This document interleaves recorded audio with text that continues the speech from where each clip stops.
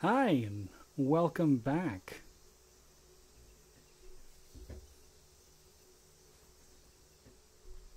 We're going to be talking about Tatemae, but we're also going to be doing a little bit about slang here.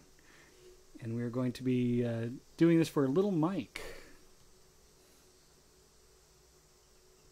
So, little Mike, what would you like to know about slang in Japan?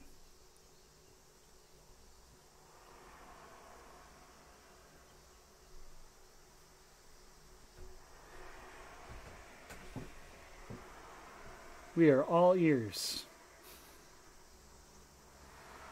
Not literally, but we are all ears.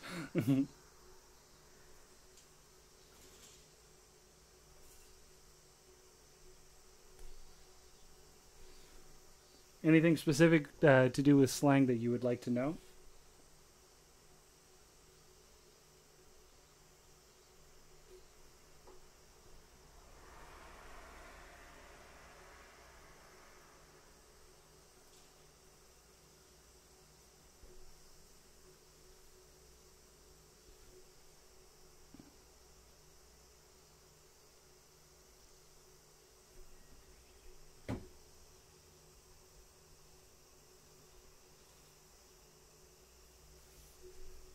Well, anyway, we're going to talk about what is it? Tatemae. Hone to Tatemae, while we wait to hear from Mike here.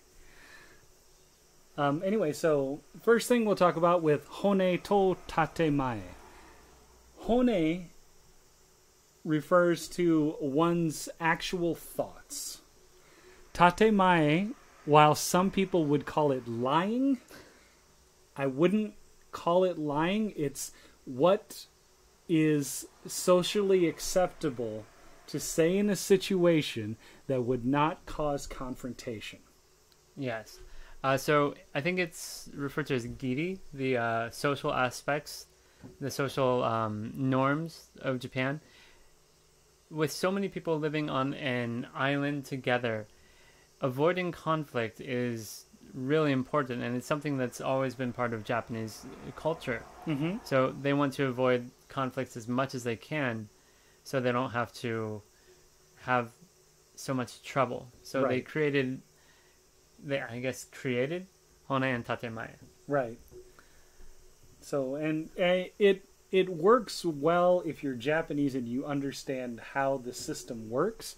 But if you're a foreigner coming in, sometimes it can be a little bit much. Yeah, a lot of people when they first come to Japan and they don't know much about it, they would call this Japanese people being two-faced. Yes. Yeah, you hear that a lot. Yes. Japanese people being two-faced, where they have harmony within the workplace, but then outside of the workplace, they can say their true feelings. They can really express themselves. Right.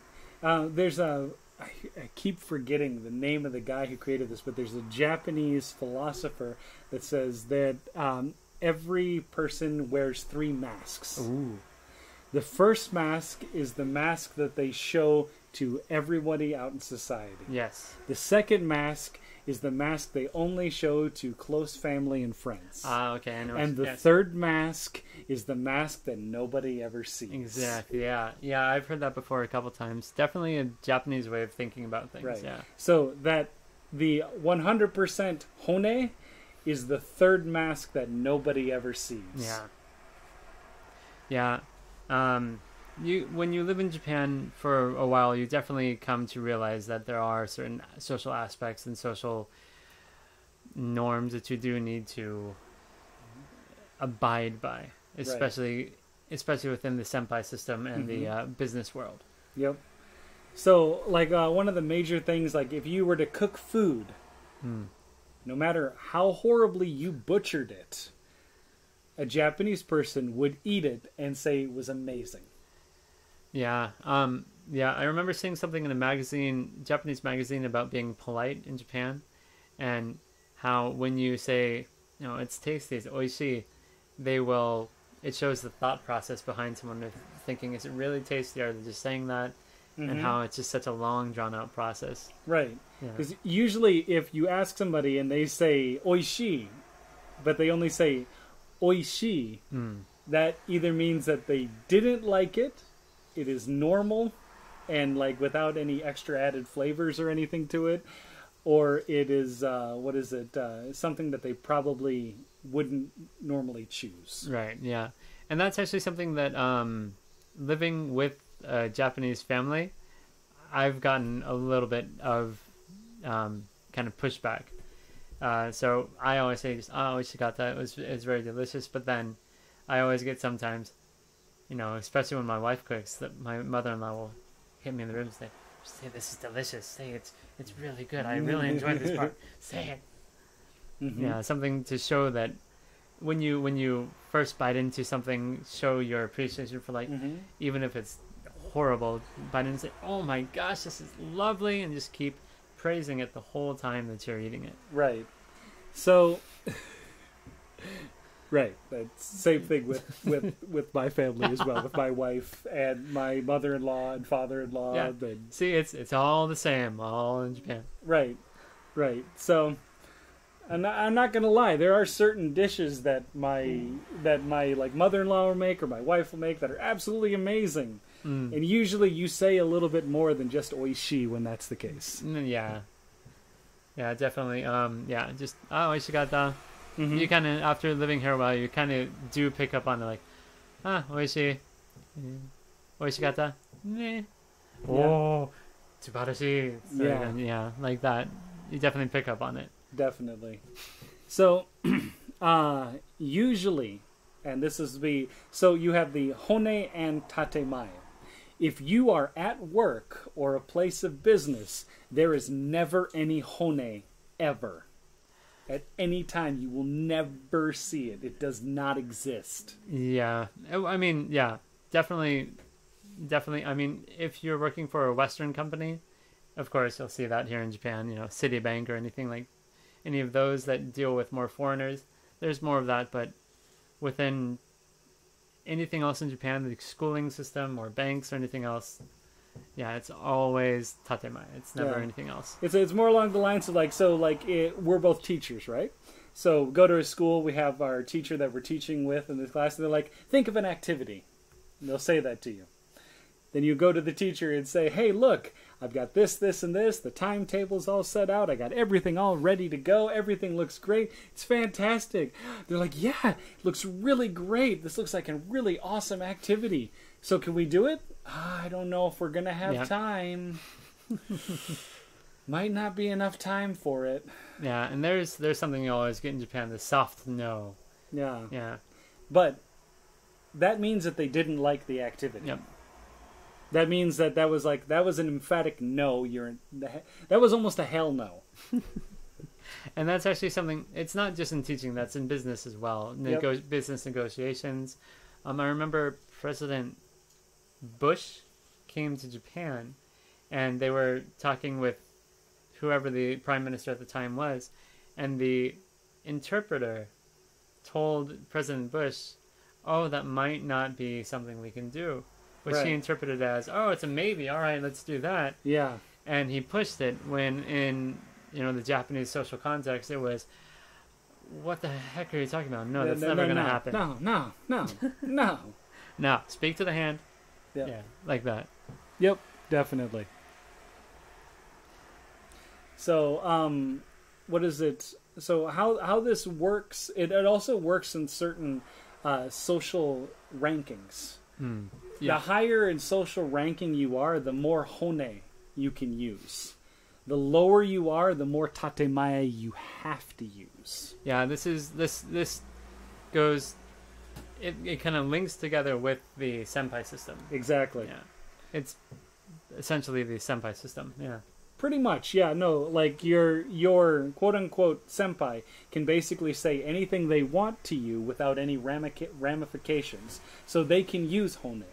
A lot of times they do still use tatemae because that is the Japanese practice. Yeah. But if they were to use hone, then there would be no issue, no problem with it whatsoever. But however, if somebody was kohai, not senpai, but kohai, and they were to use hone with senpai, it would be looked at as being very rude. Very, very rude, yeah. Even if it was something that was with good intention.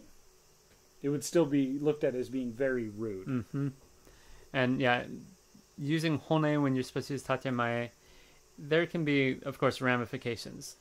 I mean, if you speak ill to your senpai, there's be ostracized from the group or be left out of everything. Yeah, just school. Yeah, entire work community. Exactly. Yeah, yeah. It's something to definitely be aware of when you're in Japan. Right. If you are at work and one day there is nobody talks to you for an entire 8 hours, you screwed up somewhere. Something, yeah. You need to go back and figure out where you screwed up, apologize profusely, and then wait the 3 months for everybody to get over it. If they ever do get over it. Right. Yeah. Right, because it can be longer than 3 months, especially if it was a continuation of the same screw-up. Yeah. Yeah, Japanese people tend to, they can hold a grudge, definitely, No. Do. Well, yeah. But they can hold a long grudge if you're not careful. Exactly. Yeah. And, like, you could dig yourself into a hole that you can never get out of. Yeah, and I think this is something that a lot of foreigners do get in trouble with. Oh, yeah, definitely. I do think that the Japanese give foreigners a little bit of leeway, but especially when they're here... A little bit. Yeah, especially when they're here for, like, right away, but people like me and you have been here more than a year. The other thing is that we both have a Japanese wife. And because we have a Japanese wife, their automatic assumption is that your wife should have told you. Yeah. Yeah, Japanese wife, Japanese in-laws, part of the Japanese community we live in, so... Yep. Yeah. It's kind of it kind of gets pushed on you and you realize very quickly. Yeah. Yeah, it's because, like, there'll be events that go on, like, within your work group. If you are being, quote-unquote, ostracized, everybody will be going to an event, and they'll talk about it, but they'll have never invited you to go with them. Yeah. Yeah, that's true. Right. Or if in mid-conversation, someone has to politely, while smiling big, excuse themselves because they're really busy, yeah, you are in big trouble. Yeah. It's just interesting to think about daily life and daily work life and talk about all this. To make it so it doesn't sound mean, because this is actually going to sound rather mean, but think of it as a lot like everybody is in 8th grade and they're popular kids. Everybody is in 8th grade and they're popular kids. How do popular kids ostracize other popular kids? Just, kick them out. Do they just... And say, oh, I'm sorry, I'm just too busy. Can't really hang out right now. Yeah, sorry. Maybe we could pencil some time in the future. Oh, yeah, is your schedule open? Well, I'm really busy right now. I can't talk right now. I have to go. Yeah, let's say it's 2018 now. I'm free in 2040. Is that okay? Yeah. Yeah, like that. Give or take 20 years or so. Give or take until the time I die, sure. Yeah. No, but I mean, that's... We joke around about how this system works, but that's pretty darn close. It is, yeah. Yeah, and in business, the consequences are not just ostracization, but not demotions, but being put into positions that aren't exactly... fulfilling? Yeah. So I think a good example of this is someone who screws up in their work. They don't get fired because... labor laws basically have protections against that. So what they'll do is they'll stick you in a closet and give you stamps to lick all day instead. Yep. And instead of actual firing work. Yeah, exactly. And that's what happens. I mean, it's not a punishment really, but for retirees who they come back into their positions after they retire, they come back and they're the secretary or they hand out mail. Yep. Pretty much the same thing, yeah. Right. I mean, and the other thing is like, while you're doing that job, you're usually separated from everybody else, in which in a Japanese company, everybody is all together in the same room, basically round table. There is no such thing as a cubicle in Japan. That's, Yeah, Have you that's ever true. seen a cubicle in an office building? Well, I haven't been to many office buildings, but I can't think of any because I know all the teachers' offices. It's generally one giant desk for all the teachers, and I know. Oh, but you have your designated space. Oh, you have your designated space, and but there are no walls. You better not move out of that designated space either. And heaven forbid you're drinking coffee and a drop falls on someone else's corner of their desk. Oh, hell to You pay. will be ostracized for at least 6 months. Yeah, we're joking, but not really. Not really. So yeah, and I know in places like the Canon factories and the Nikon factories, there are no. It's one giant work area. Everyone works together. Yep. So that's yeah. Yep. A lot of like different factory buildings and some large companies, they also have a giant cafeteria, which the workforce will go down and eat in. If you have no one sitting next to you or no one joins you at a table, you're being ostracized. Yeah. Yeah, and this kind of goes into, so this has to do with the senpai system and hone tatemae, and this is why the ostracization leads into kind of what you always hear about the stress in Japanese working situations and suicide rates. Yeah, exactly. You can see how all different parts of the culture can go into just hammer down on someone, kind of force it into their mind. Right. There's no way back. Because this also feeds into that perception. If you are perceived as being a trustworthy person, then you are a trustworthy person, whether or not you steal money from people on the internet. Not me. No, but so if you are a polite person and you have that perceived view as being a polite person, you could stab as many people as you want in the back or behind their back. And you would be perceived as a polite person. A polite killer. Yes. Yes. Yeah. So. Yeah. Yeah, it's definitely a part of Japanese culture that takes a while to get used to. And if you don't think you can handle it, Japan might not be a good fit. Right.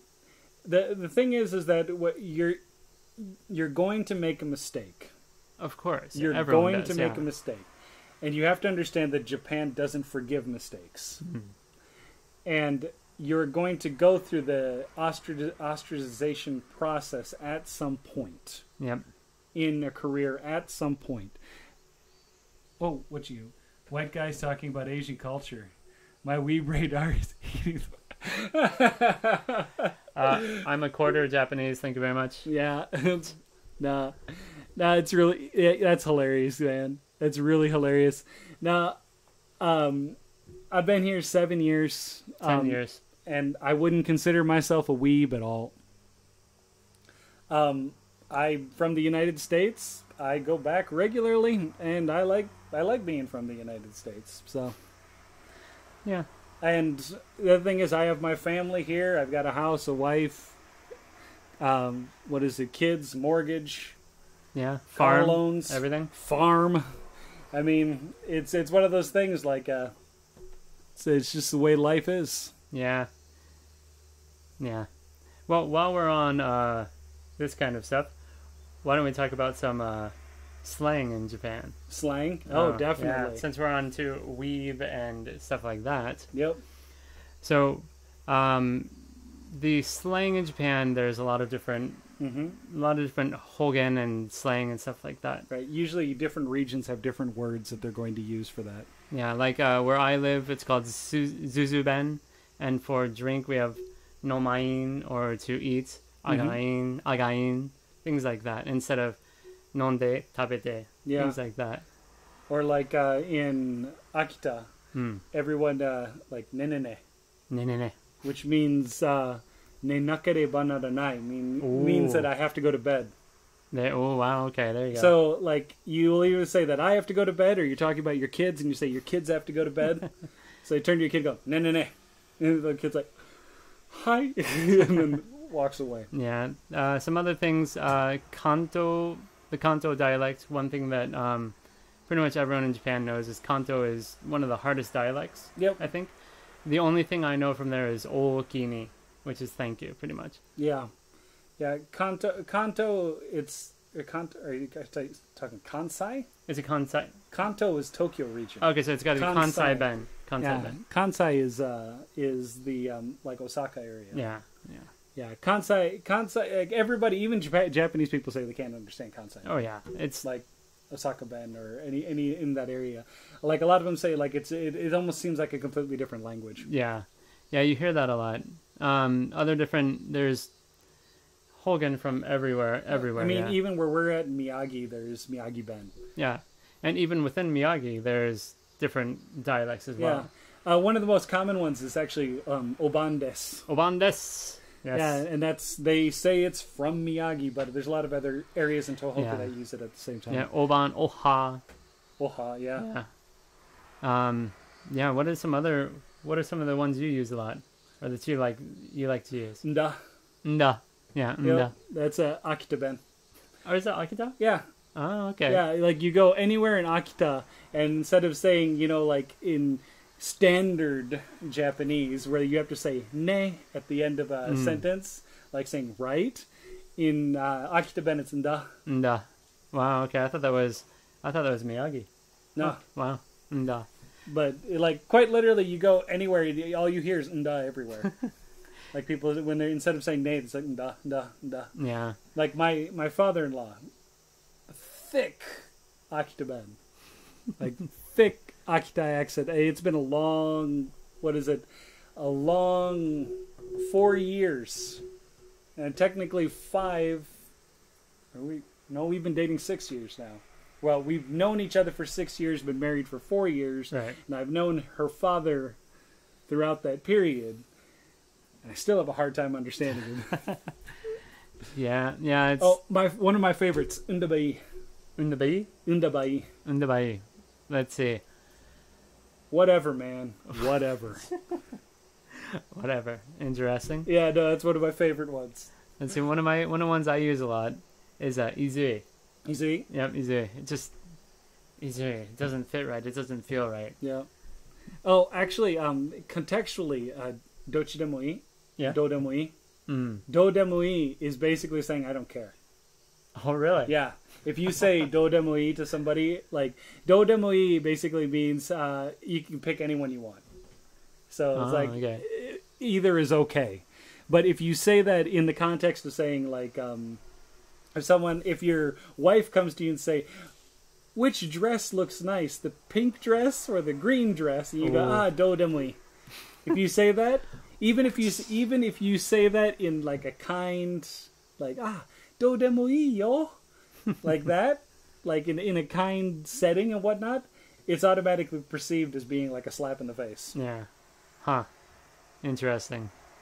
And it doesn't matter any variation, whether you're using the polite form or the impolite form. Any way you say it, basically is a slap in the face. Huh. Interesting. Yeah. I found that out when my wife got angry with me, and she's like, "What do you mean?" I was like, "I'm just saying do demo ii." She's like, "That's really rude," and I'm like, "I meant it in its grammatical form, like it's actual syntactic form without any context." And she's like, "Oh, okay." Yeah. Yeah. Japan's a wonderful place with a lot of different slang, and it would be a challenge to learn any one of them, I think.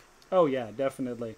Well, there are certain ones that are I don't want to say more intelligible, but more intelligible than other ones. Like like this group can speak with this group Right. very well, but there are some that are very, very difficult. Right. Yeah.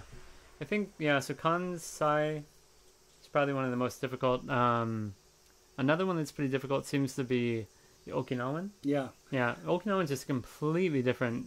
Hey, have you ever watched like variety shows on TV, and you see like there's a show like Honma Deka, Right. and Honma Deka is actually Osaka Ben. Really? Yeah, Oh. Okay. like that Honma Deka, Madeka. Right. is a part of Osaka Ben. Oh, interesting. And the funny thing about it is like they have like the subtitles underneath that they write in Japanese, and every now and then, like you'll have like Sanma will say something in thick Osaka Ben, and then they'll have like the standard Japanese written underneath. Yeah, and that's something I want to bring up. A lot of people when they come to Japan, they notice that there's subtitles under everything, and a lot of people say it's racist even when foreigners are speaking perfect Japanese. Yeah. It's not because no one can understand the Japanese. Everyone gets subtitles. It's because of the dialects. They need to have standard Japanese so people who don't know the dialects can understand what they're saying. It's not anything against a slight against anyone. Right, and I mean, like there'll be certain times that you'll see like the actual dialect written out, and then there'll be a little parentheses above it that gives like the standard Japanese for what they're talking about. Yep. Or you'll see someone that's speaking so fluently in that dialect that they don't know exactly what they're saying, and they just have symbols. Yeah, they just have the symbols and the question marks, and that's always funny to watch. Yeah. No, it's absolutely hilarious. Yeah. Any other like slang bits? Yeah, slang or funny sayings you like to. The only thing I can think of right now is kari peko peko mi peko peko wasatepeko mu peko peko. The tongue twisters. Tongue twisters. Yeah, or what is it? The gasu basu bakuhatsu. What is it? Oh, you're gonna give me basu gasu bakuhatsu. Something like that. Yeah. Or what is it? Momomo sumomo momomo no momo no uchi. Yeah. There's so many. Yeah, the Haikichi kotoba, the tongue twisters in Japanese. Yeah. It's a really good way to study because you'll learn a lot. Oh, definitely. It's super difficult as well. Yeah. Anything else you can think of? Not really, but going back to Tatemae. Yes. Which is our main topic with this here. It's definitely something to watch out for, and make sure that when you're constructing your sentences in Japanese, that you're softening the blow of everything that you're going to say. Because the more straightforward something sounds, the more hone it seems. Yeah, the roundabout way of saying everything. Yeah, exactly. Everything in Japan is round. Well, we got a chime. All right. We should probably stop here for today. Yep, I think we're going to be done for today. I want to thank everybody for coming out. Yeah, thank you very much. Everybody in chat for giving us some great information. It is noon now, so we will talk to you later. And you can catch us on Twitter and Facebook. We also have Discord. I'll be adding that information later. And we are the 4T Podcast, and we will talk to you later. See you. Bye-bye.